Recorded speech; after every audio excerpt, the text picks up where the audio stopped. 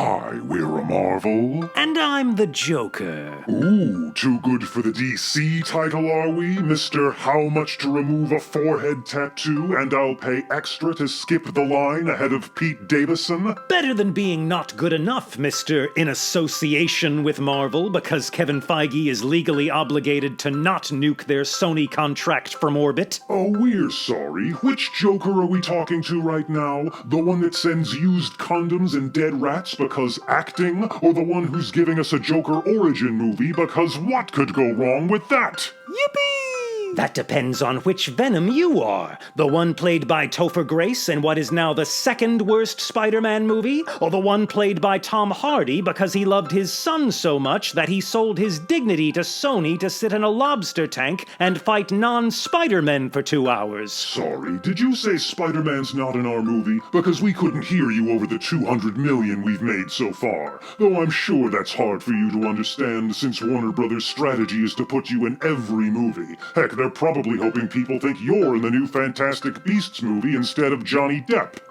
A PG-13 franchise seems like more of a you thing, doesn't it? Too bad we won't ever see your R-rated version. All the incoherence you loved the first time, now with F-bombs. Just like we won't see the Suicide Squad cut where your relationship with Harley is actually as disturbing as it should be. But hey, it made the test audiences uncomfortable. So what if that was the point? Cautionary stories about toxic relationships don't sell action figures. That's what the empty platitudes about family are for. As fake as that may have seemed, it still wasn't half as fake as that wig on Woody Harrelson. I mean, he looks as though they just scalped Jesse Eisenberg and then called it a day. And it's funny how in a movie filled with alien symbiotes defying the laws of physics, the most unbelievable aspect was a reporter being able to afford an apartment in San Francisco. Or what about the character who forgets there are security cameras in the building she works in run by the killer Elon Musk character? Or the love interest who's totally fine with inviting her ex into her car after she just saw him destroy a SWAT team. Does that symbiote... symbiote. We'll reshoot that later, right? Yeah, great. Does he actually give you romantic advice like a homicidal Sebastian the Crab? Even though he was a loser on his planet like he said? Did he go to symbiote high school and get made fun of by his symbiote classmates? And get sand kicked in his symbiote face on the symbiote beach in the symbiote 1950s? And what about...